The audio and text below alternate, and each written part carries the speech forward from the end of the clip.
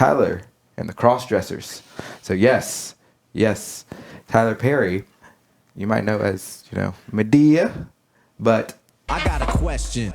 and that question is, are black men being primed to cross-dress or, at least appear to be more feminine in nature? So you got all these guys that get different roles, and some of our favorite actors have, cross-dressed at some point and played not a feminine role, like literally a woman. Now, even people like Eddie Murphy, when he played the Nutty Professor, he did all the different roles, and you're like, oh, like that's cool, showing dynamic range and everything.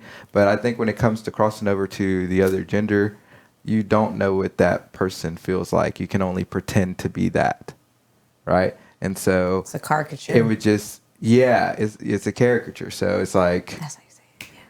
I mean, I don't think it matters how you say it. I say different words differently. So, but it's just the simple fact that you should hire those out, and like how William says, the best people should play the best roles. Yep. And so, if you're playing, women, like, what does that say about you? That is sad. Yeah, or if that's what you're primarily known for. Interesting. And also, these aren't the values that we want to instill in our, I won't say like our community, black community, because it's like whatever. At first, you need to hold down your internal community, your family, and your, immediate friends around you. And so what values do you want to espouse outside of them? And so that's why I'm saying, like, okay, yeah, I watched Tyler Perry when I grew up. I watched, all these different things that I just showed you. But are those the most helpful? And would I want to, push that on my son or daughter and get them thinking? Because that may be something that they struggle with. And then they watch these movies and they're like, oh, no, it's okay. Or like, we have a daughter and she's like, well, I have a guy that I'm interested in, but he dresses up like a girl sometimes. Like, That was an episode okay? of Grownish. was it? Yes. Huh. That was an episode of Grownish.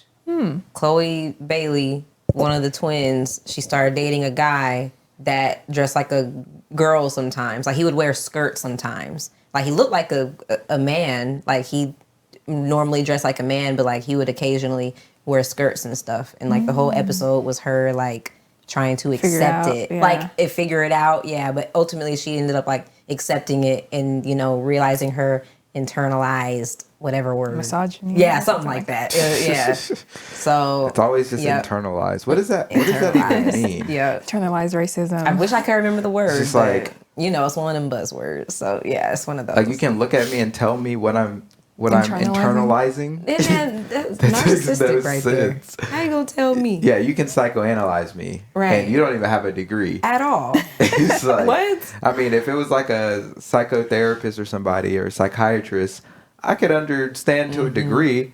But then again, like, I haven't even opened my mouth. I haven't even talked to you. Exactly. You can just tell through my eyes. Right. It's right. He has that. Yeah. It's like, no, just what you're saying is enough for me. Oh, yeah. I mean, there's these different shows and concepts where, when two bodies or two spirits can exist in the same body, and They call that two-spirit now. But that's a different thing, I guess. Oh yeah, that is the actual Yeah. thing. Man, we're gonna have to. I Jesus know, Christ. yeah. Now that's another thing that we're not gonna get into. But like, there's a. You can't I serve forgot- two masters. Doesn't make sense. I Yeah. forgot what the show was, but essentially a spirit got into this person, and basically, if that spirit would have overtaken that person, then the actual person who initially inhibited the body would cease to yeah, exist. that's like in Ooh. Spider-Man. That's in the Oh my Spider-Man God. movie. It's a concept. What, like Venom or? Yeah, Venom. Okay. I mean, Venom. Yeah, I mean, the theme exists in a lot of different Yeah. ways. Yes. But it speaks to a real truth that you can't essentially serve two masters. You can't have all these different ideologies and essentially spirits Yes. guiding you in these different directions, because one's either going to take over the other. Yes. They can't coexist at the same time. And the one that takes over could be the death of you as a person. Because then Yes. all you are exhibiting is that spirit. It's the same thing with alcoholics. It's like the spirit of alcohol takes over you to where you cease to exist until you get some help and you recover, right? And you go through that process. But when you are in that state, then it's just it's literally, they call it the alcohol talking. It must be the drinks talking, and that's not necessarily said by accident. Yeah, because it's not you. So, but yeah, let's take a look at what this pastor said about Tyler Perry. Whole black community. He got us to do what RuPaul couldn't get us to do. He got us to do what no one else, and he came up with an ingenious way to do it. He and he alone got black folk to accept drag. And you know how he did it? He did it through laughter, through humor. He got us to accept drag queens. That's all Medea is a drag queen. So, and you know what he did? He went to churches. He went to churches, went to a place where he could go where you could almost guarantee folk ain't gonna be thinking. There won't reason. There won't nobody say, wait a minute. This man can't find an overweight black woman? You can't find a fat sister in the black church? You have to say that. She in the kitchen. You got to pretend to be her. She's salting the You greens. can look at it. You can blindfold yourself and look in any direction and find a Medea. But through laughter, we let our guard down and made him a billionaire. And through the devil learning how to manipulate our emotions and make us feel something, and we're beginning to put our color ahead of our religion. Putting color ahead of religion. Now, that's a powerful statement. So, what do you guys think about that? I think black people especially tend to do that a lot. Oh, yeah. That's like the most. We definitely do. And man, he said something right at the end that I was going to say something about, and I forgot. Well, I'll say this. Like, it's funny what we will let by based on, like, what makes us laugh. Yeah. If something makes us laugh, you see this with girls. Or something sounds he's good. fun. Why We are you don't with take him? it as serious Why are you with him? once He's it makes toxic. us laugh. He makes us laugh. Yeah.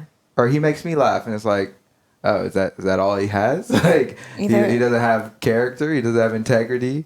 He doesn't open the door for you. He's not a gentleman. Right. Oh no, but he makes me laugh. It's like, oh, so you're just gonna let everything slide just because he makes you laugh? Like, that's craziness. And I remember now. Like, I forgot what the concept is called. Maybe it's called predictive programming. I don't think that's what it is directly, but the concept of how, like, over time, as you show different things in the media, you subconsciously get used to it until it becomes reflected in real life because it's already been implanted in the media for years and years prior. Right. To the point where now it's like, oh, okay, well, I've seen this before, so this isn't a bad thing. And I think with the Medea situation specifically, that's something that's definitely been one of those factors as it pertains to, like, cross-dressing and drag queens and the things that we're seeing now with the gender stuff and sex and all that different things.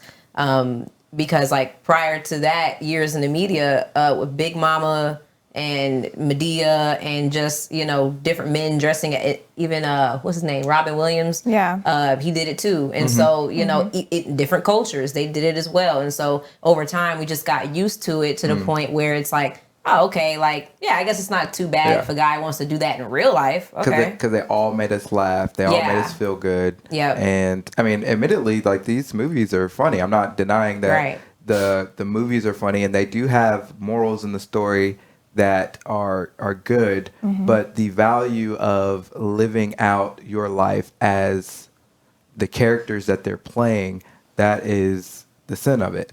And that's what we're kind of pointing out. And so you have to be very careful with, how you consume this information or how you consume this content and what you are propping up as your values. Because, like you said, a lot of these things are in culture and you see them, and then all of a sudden it's like, oh no, like, this is a serious thing. It's like, oh no, I thought that was only in the movies. Yeah. It's like, no. Like, it's been in the movies because people accept it. It's like, no, y'all showed it to us, and that makes us think that people are accepting it. But if you actually go talk to people, like there's a lot of people that are just like, no, I'm not messing with this. Rocking with that. Yeah. Exactly. And that's the problem with a lot of these extreme ideas, even on both sides, because they'll say these ideas as if they're, you know, gospel, and it is like, no, nobody thinks this way. Everybody thinks this way. And then you go talk to people and they're like, no, I don't think that way or that way. Like, I don't know what either of these people are on. But then they make you, it's like you can't choose between two evils. Because if you choose between two evils, the lesser of two evils, you're still choosing evil. That's choosing that's evil. something that people say all the time The when it comes lesser to of two voting. evils. Like, pick the lesser of the two evils. It's like, why do you even have to pick something? Why can't we pick truth? And that's why I was very happy with what Cat Williams says, even if you don't agree with him, or even if he was even off base on what he said in a couple different things.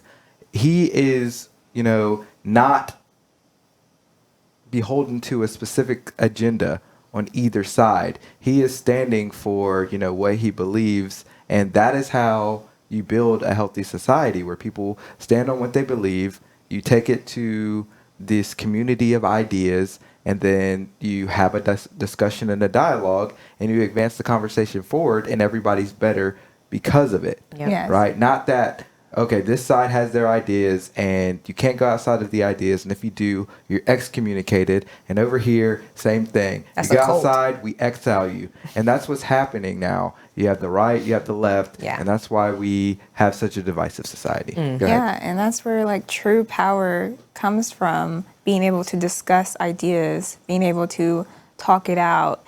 And I totally forgot what I was going to say, but it was good. Okay. It'll come back. Yeah. I did the same. Hopefully.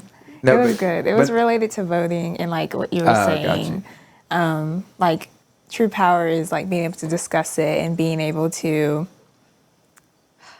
talk it out. And dang it, I forgot. It was good too. It's gonna come back. Okay. It's gonna come back. That's okay. Well, you think about that. Let's rain it on Alan J's comment. I love the old school pastors. Hurt some feelings. Call it like it is. You know. Amen. I That's like truth. it. You know, the truth ain't never lied, right? So sometimes you just gotta, you know, cut with a knife, with a hot knife through the butter, and see what happens, right? Because ultimately, the light will shine, and where you shine the light, darkness is eradicated, right? But if there's no light there, then darkness, you know, I got it resides there by default. Go ahead. Okay. So you know how they always say, especially in the Black community, is when it comes to voting, it's like, well, you have a right to vote, so you should vote. But the real power is being able to talk it out and discuss it. And if you come to the conclusion that both parties are not good, rational people to vote for, then the true power is being able to not vote. Yeah, I never thought about it that way. But that's- you're right. Yeah, that's why I didn't vote for either that makes major sense. party last time. I just kind of went and wrote in my vote because I was like, I don't stand with either one of these guys. I don't believe in either one of them to lead the country correctly. And people will say, well, Right. one of them's going to win. And it's like, says who? It's like the American people vote. Or did they? Or did they? That is so true. And Or did they? And at least at that point, like, you're not lumped into the sum or the amount, you that know, contributed to yes, that. that contributed. Wow. Yes, exactly. I never thought about that. I needed that. I did. So, yeah. So, here is Miss Mack has something to say. She says, I read some years ago that Jack Nicholson warned Heath that playing the Joker was life-changing and would take over his thoughts. Playing the role of the Joker, that's why he did not take the role. That's So, powerful. No, yeah, wow, there's, that's I think, powerful. and I think that's the That's thing in Hollywood kinda where scary. people won't That's take very roles scary. because they're afraid of like what that role will do to them psychologically, right? And so that's why you should probably only take roles that basically bring out the best of who you already Yeah. are. So you're not necessarily acting in a sense; you're just playing who you already are, maybe in a lesser form or a more accentuated form, but it's still fundamentally you. And that's why I think people like Denzel have had a very good career and haven't had to compromise because he takes roles that align with who he is. That is so true. Yeah. That is so true. Because even though he has range, like, and you can tell throughout all the movies he's done that he has the range of acting that's required for like you to be like the A-lister in Hollywood and everything. But even in his interviews, you can tell like he's the same person. Yeah. Even outside of those movie roles, Right. like the Same essence, characters. like the essence of who he is still in all those characters, and it's shown like Yeah. even when he's not playing them. And so that's so true. I didn't But think people about also that. got to understand that when they are playing these characters, especially with the way we prop up and pedestalize movie stars and entertainers, that you are spreading a message and you are influencing people in general. And so if you aren't taking roles that help push the values that you are espousing, then there's such an incongruence there that, you know, it goes back to that two spirits thing. It's like you're almost like serving two masters at the same time. Even if you play the bad side of in a story that helps you tell. So like, say you play like let's just keep it simple. So say you're a Christian, right? And you espouse Christian values, but you play a Roman soldier. Like, that's fine because the core of what you are trying to, of the story and the point of the story is moving towards your values. And so Yes. that's still good. But when it's antithetical to that, where, you know, you get into cross-dressing, for instance, then what's going to play out is like you cross-dress and then you go lay hands on TD Jakes. And then now you see where that's getting you. Now TD Jakes in the news. For what? Exactly. Wow. Exactly. Oh. And so this gets back to, not that. Full circle. This gets back to my last sip, right? The people we pedestalize should be the epitome of who we want to be. You should never have someone represent you that you would not emulate. The people, we got to get this through our heads. And I'm going to let you sip on that. We want to hear your thoughts because those are our thoughts. We will be right back with our next segment. After this break, we got a doozy. It is traditional weddings. Stay tuned. Like without rhythm. Amen.